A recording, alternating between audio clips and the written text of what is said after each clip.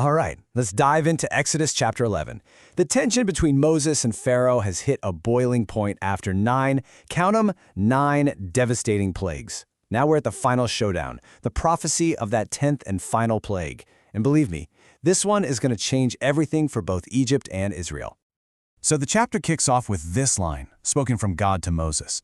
And you can just feel the weight of those words. I mean, after rivers of blood, swarms of locusts, and suffocating darkness, you know this isn't just going to be another warning. This is it, the final act. But before we get to the main event, the story takes a really interesting detour. There's this strange command given right before the storm hits. God makes it crystal clear. This is the end game. We're not talking about another temporary pass to go and worship. No, this event is going to be so huge, so decisive, that Pharaoh will literally be kicking them out of the country. It's about a total, complete departure. And here's where it gets kind of weird. The Israelites are told to go ask their Egyptian neighbors for silver and gold. And you'd think that'd be a tough ask, right? But the text says 2 amazing things. 1, the Egyptians are now favorably disposed towards them. And 2, Moses himself has become highly regarded in Egypt. It's this bizarre moment of respect from the oppressor to the oppressed, just moments before the final catastrophe. Okay, so with those instructions out of the way, the scene cuts right back to the action. We're in Pharaoh's court for what will be the final, chilling confrontation between him and Moses. And listen to how this prophecy starts. The timing is so specific. It's not just soon or sometime tomorrow, it's about midnight. That one little detail just cranks up the suspense, doesn't it? It makes the whole thing feel so immediate, so unavoidable. And the scope of this plague? It's breathtaking. The text is clear. No one is exempt. It's going to hit the very top of society, Pharaoh's own son, and the very bottom, the son of a slave grinding at the mill. It even extends to the animals. This is a judgment that slices right through every single social and economic barrier in Egypt. The prophecy ends with this haunting prediction of just unparalleled grief. Can you imagine? A sorrow so immense, so widespread, that the text says nothing like it has ever been heard before or ever will be again. It's a truly staggering thought. But right after describing this absolute tragedy for the Egyptians, the narrative pivots. It introduces this crucial idea, this great distinction that's about to be drawn between the two peoples. And wow, the contrast couldn't be more stark.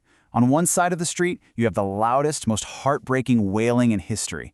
And on the other, a silence so deep, so profound, that not even a dog will bark. The text spells it out for us. This is so that everyone will know that the Lord makes a distinction between Egypt and Israel. You know, after delivering a message that heavy, you might expect Moses to just turn and walk away. But the text gives us this incredible human detail. He leaves hot with anger. He's not some detached messenger here. He is furious. You can feel the emotion burning right off the page in this final, fiery exchange. So all of this brings us to the final verses of the chapter, which try to answer the biggest mystery of this whole saga. Why is Pharaoh so incredibly, so stubbornly defiant?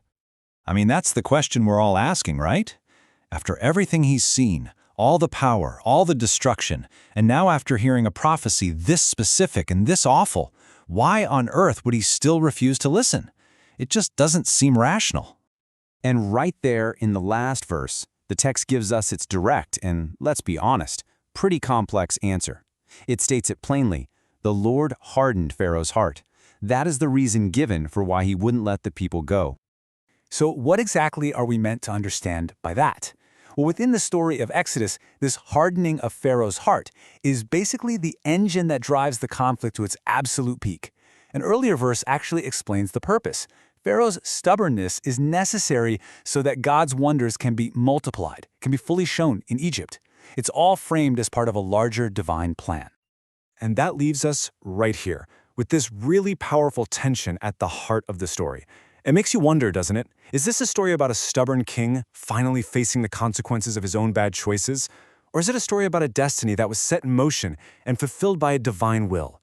That's the question that sits with us as this incredible chapter comes to a close.